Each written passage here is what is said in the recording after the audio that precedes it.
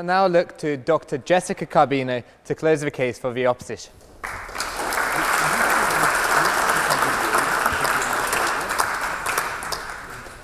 Ladies and gentlemen, Mr. President, before I begin, I would like to quickly Insta, tweet, post, and snap that I'm here with you all tonight. I'm very excited to be here. I hope that this will not corrupt our interactions and that afterwards you guys can come up and have a quick conversation with me. On a more serious note, I would like to say that it is an honor here tonight to be before you all discussing this very important issue in the company of such august speakers. This esteemed institution puts forth the motion, argued very eloquently by members of the proposition that social media corrupts human interactions. I must disagree, however, and urge us first to consider that arguments related to the potentially corrupting effects of technology, not only on human interactions, but the human condition, have dated back to the introduction of paper. While paper cuts were certainly cause for concern back in the time of Socrates, he was more focused on individuals not relying on their own memories, but rather on the written word to construct their understanding of events. We see this trend in resistance towards and concerns about technology persist over time with the printing press, newspapers, the automobile, the telephone, and the television. The telephone is actually a very interesting and, dare I say, entertaining example of the extent to which people believed that technological innovation could corrupt human interaction. Following the introduction of the telephone, many speculated that people would be able to communicate with the dead. I would like to add, however, that this was before the introduction of the Psychic Friends Network in the United States. I understand that the telephone is obviously a quite extreme example, but it's illustrative of how technology can have such deleterious outcomes potentially in the minds of the public. The argument in this motion that social media corrupts human interactions, I believe, would have been made regarding all of the aforementioned innovations. However, no one, including myself, could reasonably argue that innovation doesn't lead to change and that there are not consequences to those changes. Rather than calling our parents, well, maybe not my parents, but other people's parents, we might now send a text or an email to communicate with one another. However, the degree of the consequences and the use of the word corrupt to describe the effects of social media on human interactions is too short-sighted and too far-reaching. Given the persistence and continued functioning of dominant social institutions, in the face of technological innovation and change, I believe that this motion simply reflects an overreaction to changes in interaction and the continued indictment of technology on human interaction.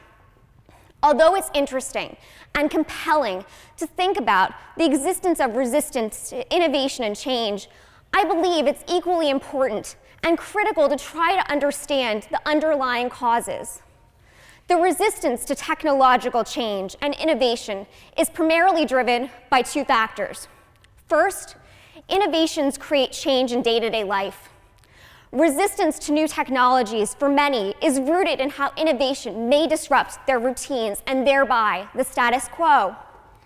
Second, the perceived risks associated with the changes are what contribute to resistance to innovation. That is what has been argued here tonight by members of the proposition, suggesting that social media corrupts human interactions. While Mr. Simons makes a very interesting and compelling argument about how people's lives and worldview and body image can be changed by how they consume social media, I would like to bring us back to our idealization of the body, beginning with Francisco de Goya and the David, and how we think about fairy tales in our lives. This examination between the historically negative perceptions regarding technology and change, however, doesn't account for what I would like to argue regarding how social media, rather than corrupting, expands the scope of potential human interactions. Social media, according to the Oxford English Dictionary, of course, is defined as websites and applications that enable users to create and share content or to participate in social networking. Social media is broadly defined and provides us with the ability to do so much more than tweet, Insta, post, and snap that we are here this evening, as I mentioned prior. Today, social media applications allow us to participate in an open market whereby we can exchange organs with someone who may be a match for ourselves or for a loved one, and vice versa. We have the capacity to submit content to a website or to an app and have a dialogue with people just like ourselves or with celebrities and notable figures.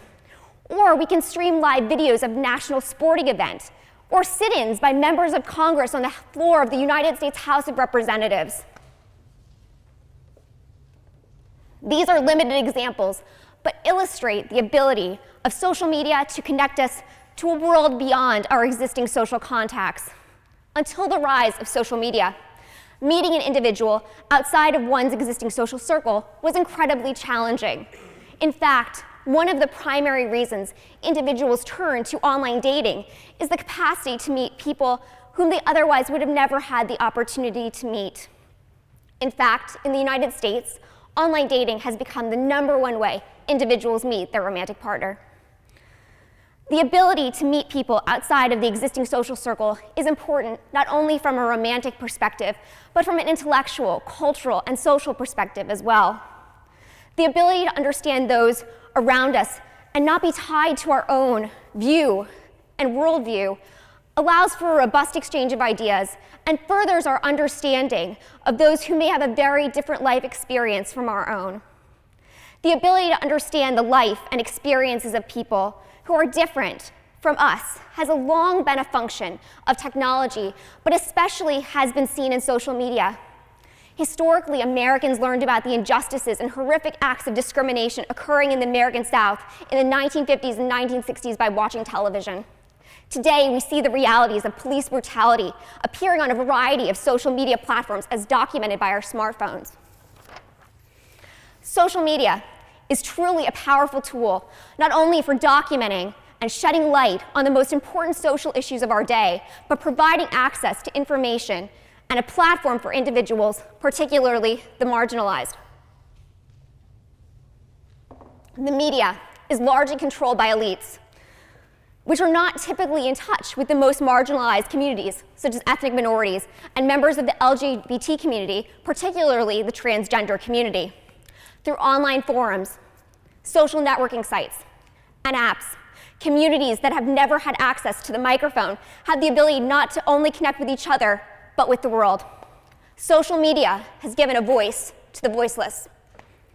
This ability to have a microphone has been particularly critical in social movements. The Arab Spring has been cited as an important example on the influence of social media on providing information to mobilize protesters on the ground.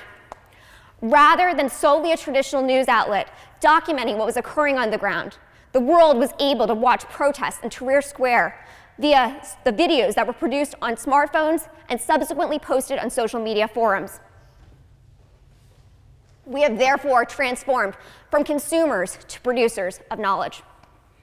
This has a profound impact in terms of how we think about content and the dissemination of information more broadly. To argue that social media is a corrupting force is tantamount to arguing against innovation. It runs contrary to our innate and human instinct to strive, to improve, to innovate, to change, and to grow. Innovation is what transformed us from an agrarian to an industrial to a technological society. While not only anathema to the human spirit, to argue against social media is frankly futile, given the overall difficulty and arguable inability to thwart innovation and change.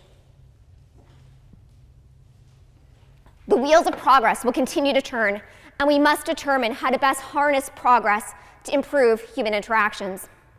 There are obviously reasonable questions we can ask regarding social media use, such as when, where, and how much. As with everything in life, whether it be carbs, chocolate, or President Trump's tweets, I would recommend moderation.